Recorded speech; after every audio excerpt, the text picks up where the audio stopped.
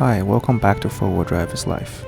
Today we're going to talk about long travel suspension. I'm going to show you a side-by-side comparison under several different scenarios between a long travel suspension and mid-travel suspension setup. First, as you see here, this is an off-camber situation. The vehicle with the long travel showed a better posture across this off-camber left turn. Due to the extra width of the front track, the vehicle also showed more stability, which is less prone to rollover. The white FJ is long traveled front and back, while the blue FJ is mid-travel front and back. As you see here, the rear passenger tire started to slip for the white FJ. I believe that's because it was able to shift more of its weight on the driver front tire, so it created a much bigger droop in the passenger rear, which lifted it, although the other three tires stayed well planted. As you see here, this may be the only cons I can think of for a long travel suspension setup under an off-road situation is sometimes it's just too wide, and in a trail like this, a lot more width can mean a lot more problems. This is the Trail 11 of Rush Creek Off-Road Park. It's a badge of honor trail. This is a slight incline with a series of moguls, deep moguls. It tosses the vehicle left and right while the vehicle is climbing, and you can see how two different suspension setup performs.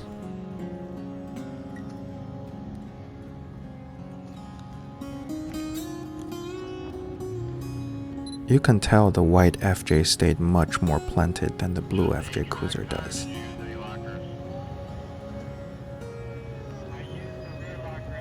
To match the time frame, we have to pause the white FJ Cruiser's clip. So the long travel provides a much more controlled suspension and vehicle body movement on this kind of terrains.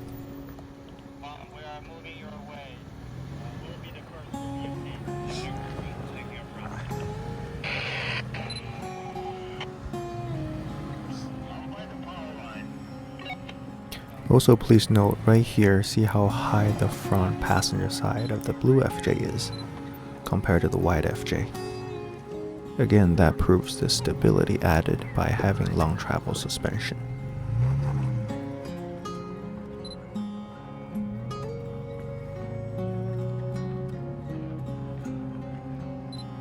Here is a side-by-side comparison of both FJ Cruisers going down the rock steps.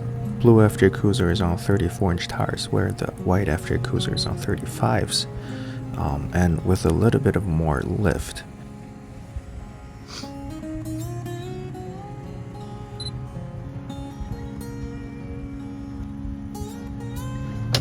Just a slight tap on the sliders for the blue FJ.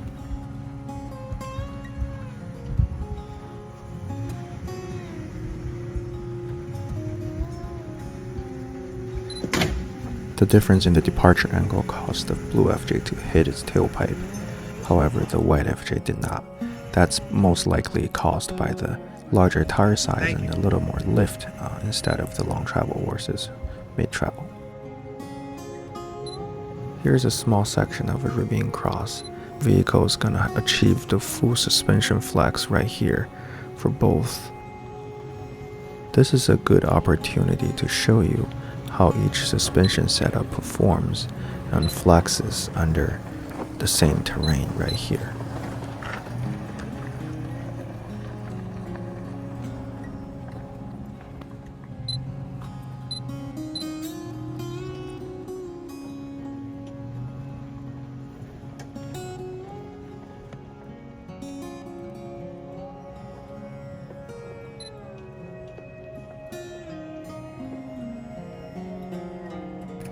This is the section of rock climbing. Although the blue FJ's rear droop is impressive, the white FJ's long travel has even more droop.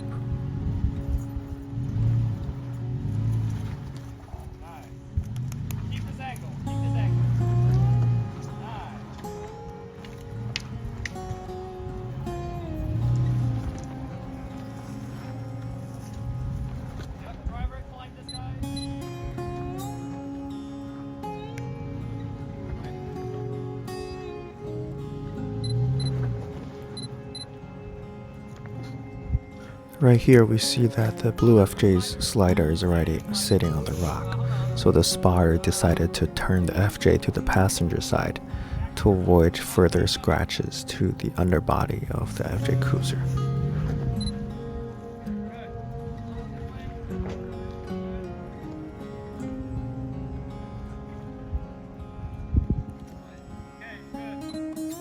Lastly, we have a little climb in the woods on a dirt surface with loose rocks.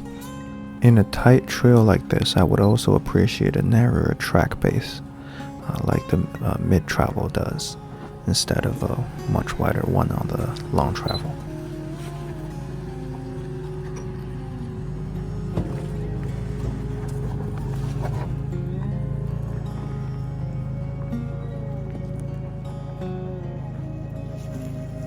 So if you like the content, please hit the subscribe button and leave a comment below of whether you think a long travel for your IFS Toyota is worth the money, or do you still prefer to stay with a simpler setup.